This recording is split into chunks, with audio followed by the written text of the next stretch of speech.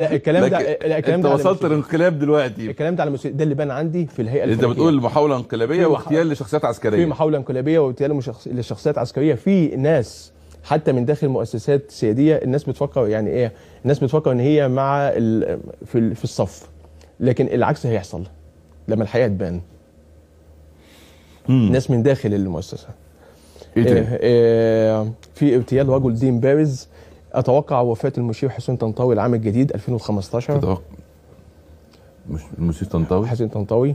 وفاه احد القيادات الصحفيه في مصر. هو مين؟ مكرم محمد احمد. فنانتين رائدتين في المجال السينمائي.